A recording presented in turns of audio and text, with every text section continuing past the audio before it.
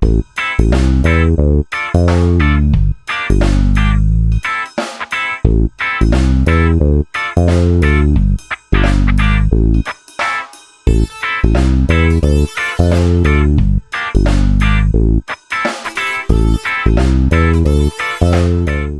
for watching D2 Wrench Works and DIY, guys. Today's video, I'm going to show you how to fix that misbehaving or completely dead key fob, keyless entry, whatever you may call it for your car here, and not actually destroy it.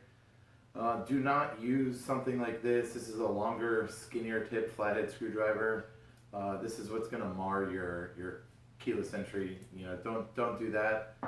What I do recommend is, since you probably, like me, have this one sitting around for a while anyways, get you on Amazon. I'll have a link to these in the description. I bought like a bag of 100 and I've had them for years now.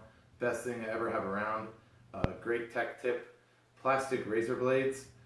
They're disposable, obviously. They get dull after, you know, multiple uses, but for stuff like this, for removing stickers, removing like maybe a dealership put like that stupid thing on the trunk of your car, you could peel that off and get all the adhesive off. Don't scratch the paint or anything. Anyways, I digress. The first step you're going to want to do, and we'll bring the camera in for this. So obviously almost all of these, this is going to apply to the ones with the key in the middle. Your first thing you want to do, there's a little button right here. You want to take your extra key out. Now where that key used to be is going to allow you to pry off and separate the backing where the battery is hidden right in here. So you could use something, if yours was like narrow enough, you could use the end of a butter knife to try to pop it open. You could use the narrow end in there. My personal choice is to get a stubby screwdriver that's going to be perfectly width for there. It's going to slot right in, and you could just hold the base and just pop it up.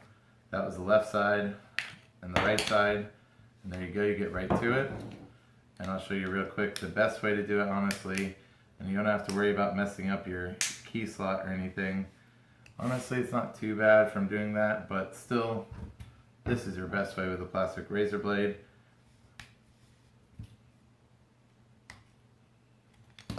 And there you go, that's how you do that. You would use your plastic razor blade again to get, switching because this one's a little sharper, you get the top off there, and you want to make sure you take good notice of which side it's on.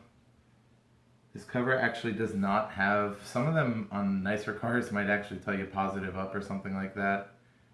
On the inside it doesn't say anything either, so the only thing it does say, it's a CR2025 on the battery cover. I already have an Energizer one. And, you know, take note, like I said, positive side up.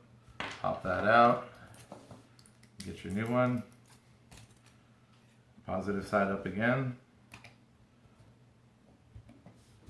Make sure you can see all that facing up like it was. And now all this is just a seal that goes around the O-ring, prevents any water from getting in. So just close all that down, take your piece the way it was, put your key back in, and there you go. It's going to be like new again, and if it's dead, you don't have to worry about reprogramming it either. So that's pretty much it. Thanks for watching D2 Wrench Works and DIY, guys. Please do not forget to subscribe. Trying to hit that 1,000 mark in the next couple months. Thanks so much. Bye.